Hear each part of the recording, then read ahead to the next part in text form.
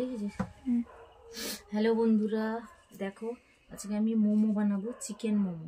তো ফার্স্টে চিকেন ছিল না, তো সেই কারণে আমি আগে ভেজিটেবল ওই ভেজ মোমো বানাবো বলে এগুলো কেটে নিয়েছি। দেখা যাচ্ছে তো মানু, এই গাজর, বিট, পেঁয়াজকলি, বিনস এগুলো কেটে নিয়েছিলাম। বিট বলছি, সরি, গাজর, বাঁধাকপি আর পেঁয়াজকলি আর বিনস, এটা নুন দিয়ে আমি চিপড়ে রেখেছিলাম। তারপরে চিকেন এলো, হঠাৎ করে এখানে আনলাম, তো তারপরে আমি ভাবলাম তাহলে চিকেনটাও দিয়ে দিই। তো দেখো এই যা চিকেনটাকে আমি মিক্সিতে পেস্ট করে নিয়েছি। এই যে, আর আদা রসুনটাও কুচিয়ে দিতাম, দিইনি কারণ কুচোতে অনেক সময় লাগবে সেই কারণে। আর এখানে চুনো মাছ আছে, ওই চুনো মাছটা ফ্রিজে ছিল, আমি ওটাকে রান্না করে নেব। যেহেতু কালকে সকালে কাজে যাব, সময় হবে না, সেই জন্য আজকে রান্না করে নেব। এই যে এখানে সব রকম দিয়ে দিলাম। তো এটাতে তারপরে দেব আমি একটু সয়া সস, দেব,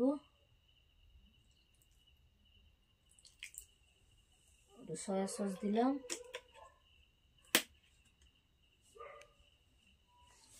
তারপরে দেব একটু সাদা তেল, যে অল্প করেই দিচ্ছি, সাদা তেল দিলাম। একটু চিলি সস দেব, খেতে ভালো লাগবে। আমি তো এইভাবে বানাই, তোমরা কে কিভাবে বানাও আমাকে কমেন্ট করে অবশ্যই জানাবে। একটু টমেটো সসও দেব।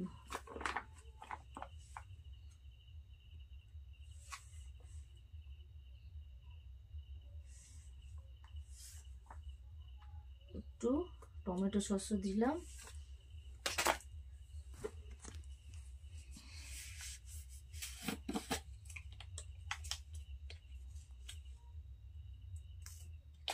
লবণ দিলাম অল্প করে, কারণ সয়া সসে লবণ আছে, আর বাঁধাকপিও মেখেছিলাম আমি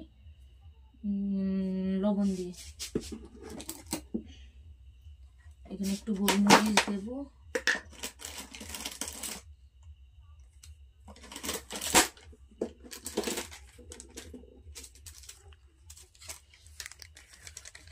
গোলমরিচ দিচ্ছি,